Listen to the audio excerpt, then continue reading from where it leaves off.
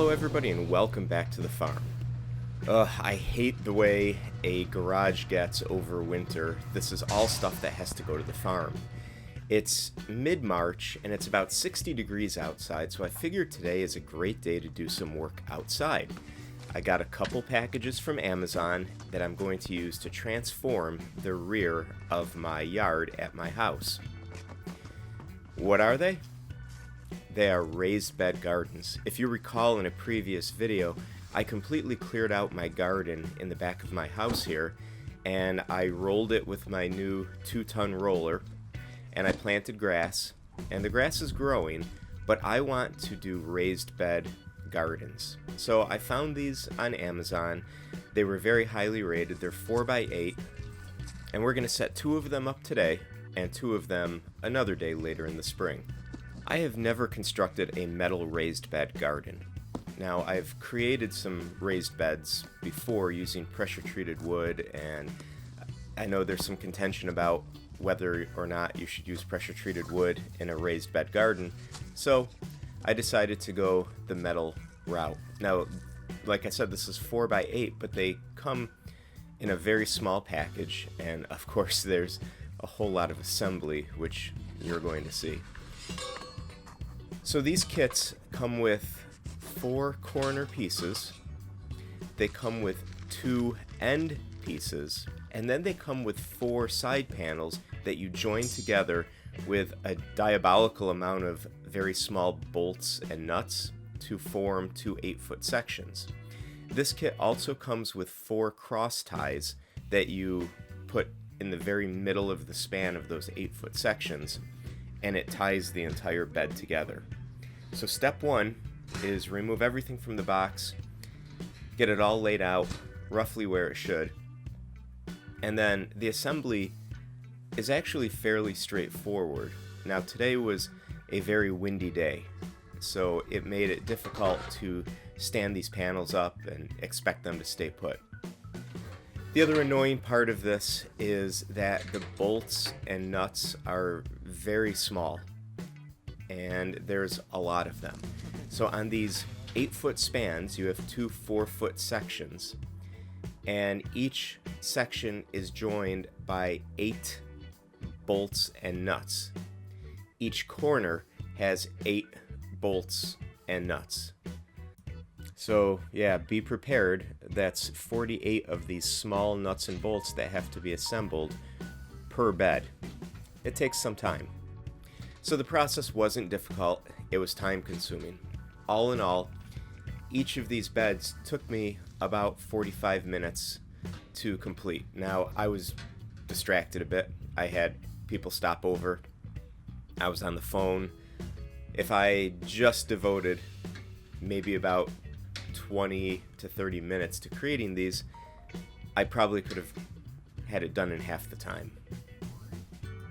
I was excited when I got to the final end cap because these do go together fairly quickly, but I knew that once this end cap was on, the only thing that I had to do was to put the tie pieces across the very center. And of course I didn't read instructions on how to do this, I just started building it, so I missed the part where you have to put the cross ties on as you're creating that joint in the center of the 8-foot sections. Otherwise, you have to unbolt everything and put the ties in and then bolt those together to the sides. Had I known this, I would have done it differently from the start, but that's okay. The ties went in fairly rapidly. I just had to take the nuts off of the 2 insides, reconnect them, and they're fairly rigid. With all 4 of these cross ties in, this doesn't wobble at all. Now, you would think that this being very thin metal, that it's going to be flimsy and shake around a lot, and it actually didn't. The ribs helped everything to stay fairly rigid. The quantity of bolts and anchor points in this was more than appropriate for what these are.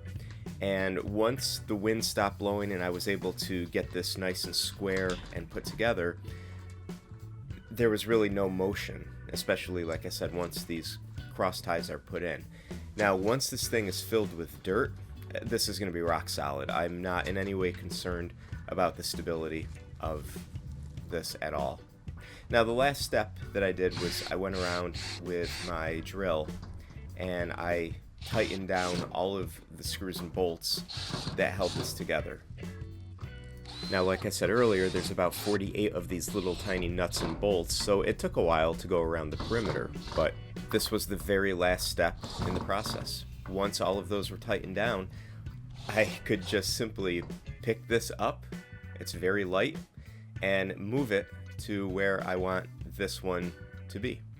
I lifted it right by those center ties, and like I said, the thing was very stable, rigid, and at no point did I feel like this was going to come apart or bend or twist or anything. Of course, I have to level this and really get it into its final position where I want it, but one of them is done, and it's going to work perfectly. It's going to do what I need it to do, and it fits great within the space. I'm going to align 4 of these left to right across my back here, and I should have a very nice set of raised beds.